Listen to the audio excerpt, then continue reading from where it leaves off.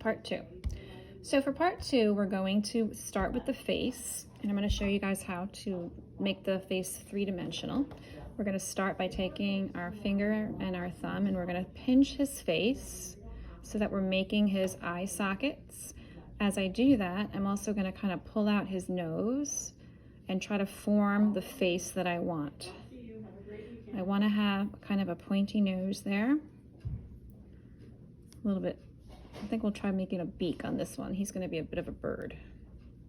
A gargoyle bird. Good. Okay. Now for the eyes, I'm going to take a small piece of clay. I'm going to roll it into a little pea shape. I'm going to get some slip. Put that slip in there. That's my eyeball. I'm going to roll some smaller coils. Okay, so this is my coil. We know how to do this from our tile project and from our pot.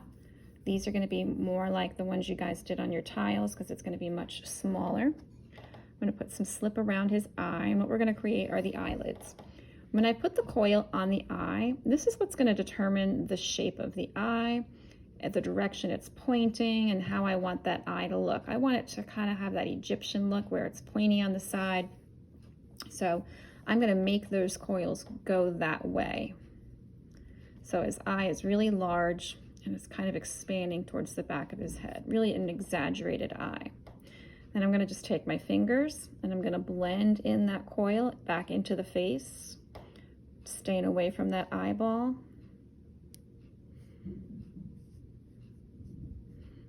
And right onto the beak. Okay, I'm going to do that on both sides. And then I'm going to put my little prick in there, my little stick. You can use a toothpick for this or a skewer. And that's going to give me his eye.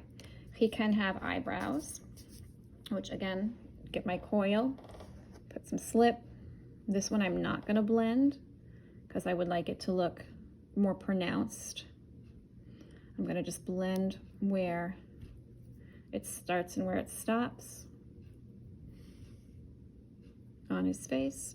Eyebrows really give you the expression. If you're looking for evil, you know, eyebrows that kind of go to a point in the middle and really give you that angry look that would make it look kind of evil.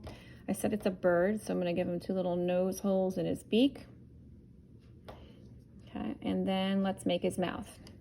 So for his mouth, I'm just going to stick something in here. He doesn't have to have a mouth, but in general, gargoyles have mouths and nose because that's where the water comes out of. Gargoyles were used as water spouts on top of old buildings or the gutters, you know, that we have. That's what the gargoyle's job was. That's how it kind of got created. Also, they were used to ward off evil spirits, so they kind of became multitaskers. So that's just the opening of his mouth. This opening actually connects all the way through his body. It's just going to help with the firing stage and assure me that I won't have any blow-ups. And, you know, it is a bird, so he probably, you know, wouldn't usually have a mouth, but let's just try it anyway. So for his lips, for the bird's lips, I'm going to just use a coil again. I don't want to have a happy mouth, so let's just make it kind of a round, maybe a surprised mouth. You can put teeth in there, like if you look at this one, his mouth is really big. He doesn't have much of a beak, so I had more room for that. And it's still the same process, just taking my coils, putting them where they're supposed to be, blending them with my fingers.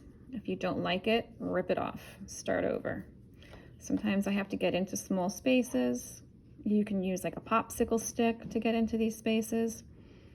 Anything that you can find. Clay tools do not have to be things you buy in a store. They can just be whatever you can kind of find to use to clean things up. All right, so that's going to be my mouth. I'm not going to give him any teeth on that one. I've got my mouth, I've got my nose. I'm going to make it more like a beak hanging over his mouth. And then I would and then get the other eye done. Okay, so that's my head.